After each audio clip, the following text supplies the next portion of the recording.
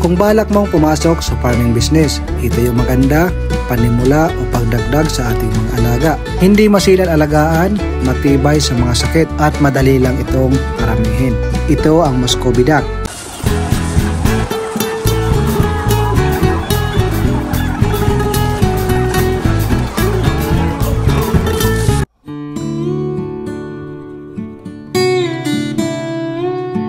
Kaway-kaway mga ka-farmers, welcome na naman muli sa ating YouTube channel. Isa na naman video ang aking ipapakita sa inyo upang makapagbigay idea, kaalaman at inspirasyon para sa mga nagplanong pumasok sa farming business. Pwede itong panimula or pwedeng pagdagdag sa inyong mga alaga kung mayroon ka ng mga alaga sa inyong farm. Pero bago natin ipagpatuloy ang ating videos na ito, shoutout muna sa ating mga subscriber na nag-comment sa ating mga naunang video.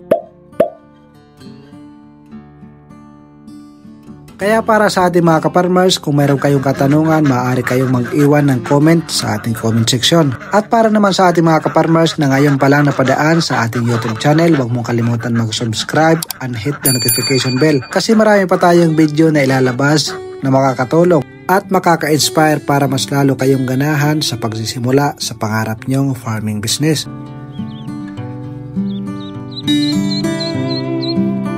Para sa inyong mga kaalaman mga ka-farmers, napakagandang alagaan ang Muscovy Duck. Dahil nga ang Muscovy Duck, hindi mahirap alagaan at napakadali itong paramihin. At ang kagandahan sa pag-aalaga ng Muscovy Duck, kahit wala tayong incubator, kaya ito makapagparami ng natural hatching o paglilimlim ng mga inahin sa ating mga Muscovy Duck. At para sa mga hindi pa nakakaalam, ang Muscovy Duck kung ikukumpir natin sa manok, mas masarap ang karne ng Muscovy Duck. Dito sa Pilipinas mga ka-farmers, mas bihira lang ang kumakain ng duck meat. Mas marami ang kumakain sa karne ng manok. Dito kayo sa Pilipinas, bilang lang ang mga lugar na masarap sila magluto pagdating sa Peking Duck. Isa na dito ang Pangasinan. Pagdating sa kanila, napakasarap ang kanilang kalderetang Peking Duck. Maganda rin ito sa fried Peking Duck, pang-ulam man o pang-pulutan. At lalo na sa ating mga selebrasyon. Kaya para sa ating mga ka-farmers, kung sa lugar nyo ay hindi pa kilala or wala pang masyadong nagluluto ng mga ganitong putahe gamit ang karne ng Muscovy Duck, ay pwede ito nating pasukin at tayo ang mauna sa pagdating sa negosyong ito. Alam nyo ba mga ka-farmers na ang karne ng Muscovy Duck ay mas masarap kaysa sa manok? Ang manok mga ka-farmers, pag inaraw-araw mo yan, mas mabilis kang mauumay. Compare mo sa Muscovy Duck, mas maganda dahil red meat ang kanilang karne nito at hindi masyadong nakakaumay. Ang kagandahan pa sa pag-aalaga ng Muscovy Duck, hindi mo na kailangan ng vaccine dahil hindi naman ito lapitin ng mga sakit. Isa ito sa mga livestock na napakalakas ang kanilang resistensya, kaya wala tayong pakamba na madapuan ng sakit. At pagdating naman sa patuka, wala itong pinipili, mapa-feeds man o alternative na makukuha natin sa ating mga probinsya. Kaya kung papasukin mo ang pag-aalaga ng Muscovy Duck, hindi po tayo mamumroblema sa patuka o pang-araw-araw na pagkain ng ating mga alagang ito. At kung kayo naman ay nagtatanong kung ilang months ito pwedeng katayin o i-harvest, 2 to 3 months mga ka-farmers, aabot na ito ng halos 2 kilo. At para naman sa ating mga ka-farmers na nahihirapan magbenta o magmarket ng ganitong produkto, napakasimple lang yan mga ka-farmers dahil marami tayong mga kantin o turo-turo na malapit sa inyong lugar.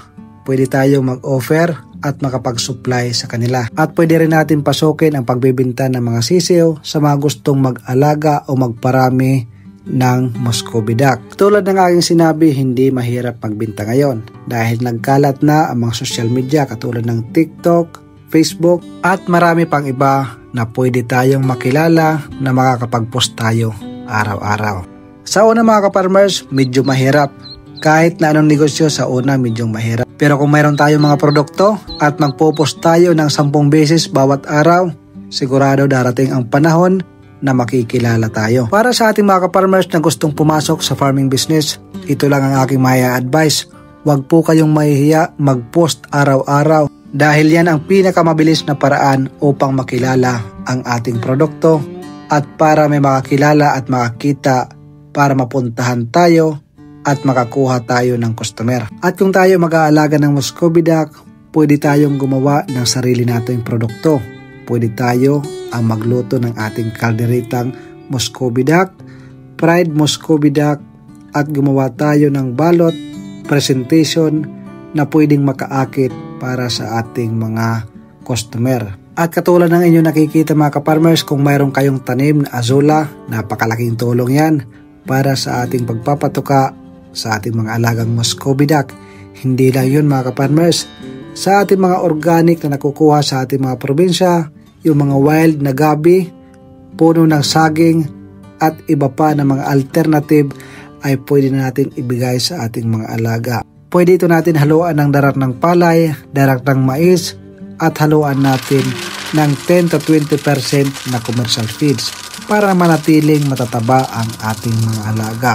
At kung wala naman tayong pangbili ng commercial feeds, kahit pure organic ang ating ibibigay sa ating mga alaga, wala ho itong pili sa pagkain ang ating Muscovy Duck. At katulad ng inyong mga nakikita mga ka-farmers, ito yung sample na pwede nating ibigay sa ating mga alaga.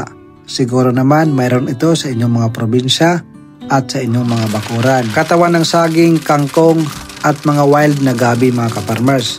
Napakarami yan sa ating mga probinsya at libre lang natin makukuha. Pagkatapos i-shredder, pwede natin itong i-ferment within 7 days. Haluan ng mga vitamins, molasses para mas lalo siyang maging masustansya. At alam niyo ba mga ka-farmers, sa oras ng pagpapatuka ng ating mga alaga, mas mainam na maglalagay tayo ng munting asin, mas lalo silang gaganahan kumain ng mga ganitong organic na patuka. Kaya para sa ating mga ka-farmers na hindi kalakihan ang ating puhunan, ganito ang napakagandang diskarte. Pwede nating simulan sa pag-aalaga ng Muscovy Duck at pwede naman natin paghalo-haloin yung ating mga alaga katulad ng native na manok, heritage chicken, Peking duck at marami pang iba. Sa ganyang paraan, mas maraming alaga sa ating farm, mas masayang tingnan. Pero paalala lang mga ka-farmers, kung ikaw ay magsisimula sa farming business, lahat ng pagod ay kailangan mong pagdaanan. Wag lang po tayong tumingin sa video na ating nakikita dahil napakadali lang manood sa mga video. Kasi bago mo makuha ang ganito kagandang mga video, kailangan mo munang paghirapan at pagsikapan. Kaya advice ko sa inyo, bago kayo pumasok sa farming business, pag-isipan nyo muna ng 10 beses. Kasi pag nandyan na, nakapaglabas ka ng pera, hindi mo na yan basta-basta maipabalik. Kailangan mong pagsikapan, pero once na ito ay matutunan mo lahat, para ka na lang naglalaro. At susunod na dyan ang kita sa ating mga pinaghirapan. So ayun lang mga ka-farmers, pinasilip ko lang sa inyo ang isa sa pwede nating idagdag o panimula sa ating farming business. Magandang araw sa inyo ulit. Mabuhay po tayong lahat mga ka-farmers. God bless po sa inyo at sa ating mga pamilya.